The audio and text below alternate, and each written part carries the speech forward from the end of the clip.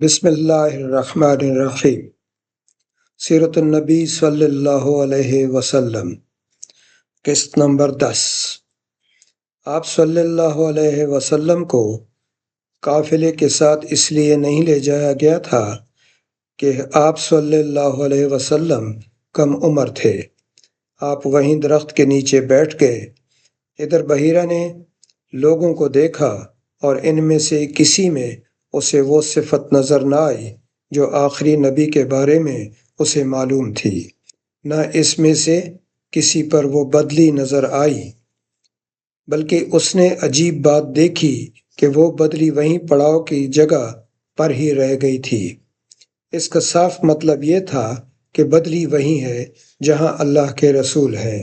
تب اس نے کہا، اے قریش کے لوگو، میری دعوت سے آپ میں سے کوئی بھی پیچھے نہیں رہنا چاہیے۔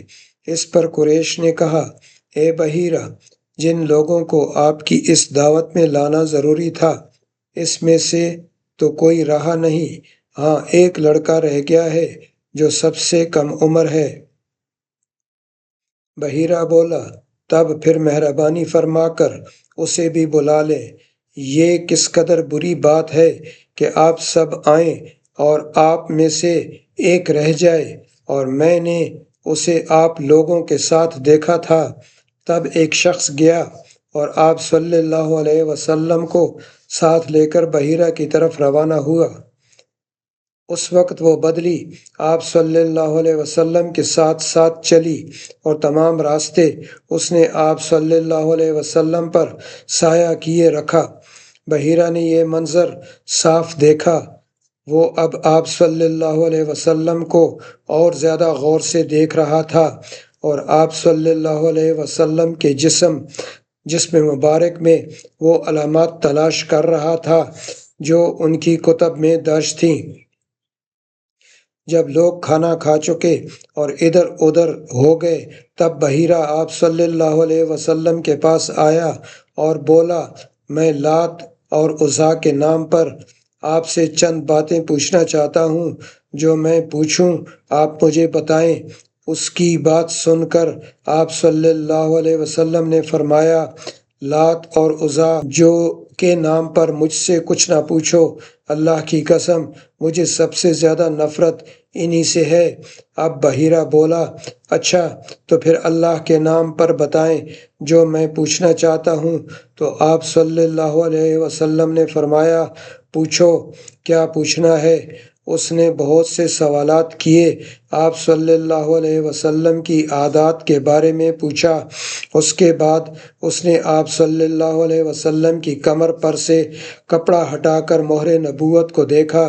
وہ بالکل ویسی ہی تھی جیسا کہ اس نے اپنی کتابوں میں پڑھا تھا۔ اس نے فوراً مہر نبوت کی جگہ کو بوسہ دیا۔ قریش کے لوگ یہ سب دیکھ رہے تھے اور حیران ہو رہے تھے۔ آخر لوگ کہے بغیر نہ رہ سکے، یہ راہب محمد صلی اللہ علیہ وسلم میں بہت دلچسپی لے رہا ہے، شاید ان کے نزدیک ان کا مرتبہ بہت بلند ہے۔ ادھر نبی کریم صلی اللہ علیہ وسلم سے بات چیت کرنے کے بعد بحیرہ ابو طالب کی طرف آیا اور بولا، یہ لڑکا تمہارا کیا لگتا ہے؟ ابو طالب نے کہا، یہ میرا بیٹا ہے۔ اس پر بحیرہ نے کہا، نہیں، یہ تمہارا بیٹا نہیں ہو سکتا، یہ نہیں ہو سکتا کہ اس کا باپ زندہ ہو۔ ابو طالب کو یہ سن کر حیرت ہوئی۔ پھر انہوں نے کہا، دراصل یہ میرے بھائی کا بیٹا ہے۔ ان کا باپ کہاں ہے؟ وہ فوت ہو چکا ہے۔ اس کا انتقال اس وقت ہو گیا تھا جب یہ ابھی پیدا نہیں ہوئے تھے۔ یہ سن کر بحیرہ بول اٹھا، ہاں یہ بات صحیح ہے، اور ان کی والدہ کا کیا ہوا؟ ان کا ابھی تھوڑے عرصہ ہی پہلے انتقال ہوا ہے۔ یہ سنتے ہی بحیرہ نے کہا، بالکل ٹھیک کہا، اب تم یوں کرو کہ اپنے بھتیجے کو واپس وطن لے جاؤ، یہودیوں سے اس کی پوری طرح حفاظت کرو۔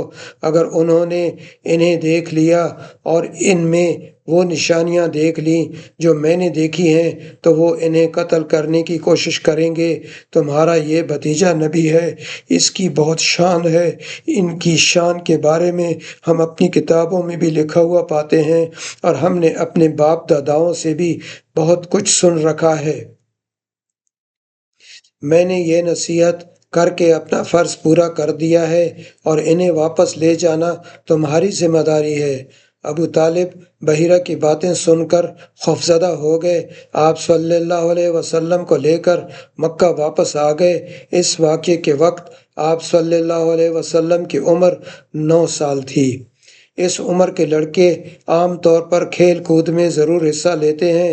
ان کھیلوں میں خراب اور گندے کھیل بھی ہوتے ہیں۔ اللہ تعالیٰ نے آپ صلی اللہ علیہ وسلم کو اس سلسلے میں بھی بالکل محفوظ رکھا۔ جاہلیت کے زمانے میں عرب جن برائیوں میں جکڑے ہوئے تھے، ان برائیوں سے بھی اللہ تعالیٰ نے آپ صلی اللہ علیہ وسلم کی حفاظت فرمائی۔ ایک واقعہ آپ صلی اللہ علیہ وسلم نے خود بیان فرمایا۔ ایک قریشی لڑکا مکہ کے بالائی حصے میں اپنی بکریاں لیے میرے ساتھ تھا۔ میں نے اس سے کہا، ذرا تم میری بکریوں کا دھیان رکھو تاکہ میں قصہ گوئی کی مجلس میں شریک ہو سکوں، وہاں سب لڑکے جاتے ہیں۔ اس لڑکے نے کہا، اچھا۔ اس کے بعد میں روانہ ہوا۔ میں مکہ کے ایک مکان میں داخل ہوا تو مجھے گانے اور باجے کی آواز سنائی دی۔ میں نے لوگوں سے پوچھا، یہ کیا ہو رہا ہے؟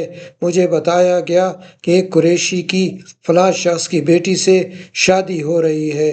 میں نے اس طرف توجہ دی ہی تھی کہ میری آنکھیں نیند سے جھکنے لگیں، یہاں تک کہ میں سو گیا۔ پھر میری آنکھ اس وقت کھلی جب دھوپ مجھ پر پڑی۔ آپ صلی اللہ علیہ وسلم واپس اس لڑکے کے پاس پہنچے تو اس نے پوچھا، تم نے وہاں جا کر کیا کیا؟ میں نے اسے واقعہ سنا دیا۔ دوسری رات پھر ایسا ہی ہوا۔ مطلب یہ کہ قریش کی لغو مجلسوں سے اللہ تعالیٰ نے آپ صلی اللہ علیہ وسلم کو محفوظ رکھا۔ قریش کے ایک بت کا نام بوانا تھا۔ قریش ہر سال اس کے پاس حاضری دیا کرتے تھے، اس کی بے حد عزت کرتے تھے۔ ان کے پاس قربانی کا جانور ذبح کرتے، سر منڈاتے، سارا دن اس کے پاس اعتکاف کرتے۔ ابو طالب بھی اپنی قوم کے ساتھ اس بت کے پاس حاضری دیتے۔ اس موقع کو قریش عید کی طرح مناتے تھے۔ ابو طالب نے نبی کریم صلی اللہ علیہ وسلم سے کہا، بھتیجے، آپ بھی ہمارے ساتھ عید میں شریک ہوں۔ آپ صلی اللہ علیہ وسلم نے انکار فرما دیا۔ ابو طالب ہر سال آپ صلی اللہ علیہ وسلم کو شریک ہونے کے لیے کہتے رہے، لیکن آپ صلی اللہ علیہ وسلم ہر بار انکار ہی کرتے رہے۔ آخر ایک بار ابو طالب کو غصہ آ گیا۔ آپ صلی اللہ علیہ وسلم کی پھوپھیوں کو بھی آپ پر بے تحاشا غصہ آیا۔ وہ آپ سے بولیں، تم ہمارے معبودوں سے اس طرح بچتے اور پرہیز کرتے ہو، ہمیں ڈر ہے کہ تمہیں کوئی نقصان نہ پہنچے۔ انہوں نے یہ بھی کہا، محمد صلی اللہ علیہ وسلم، آخر تم عید میں کیوں شریک نہیں ہوتے؟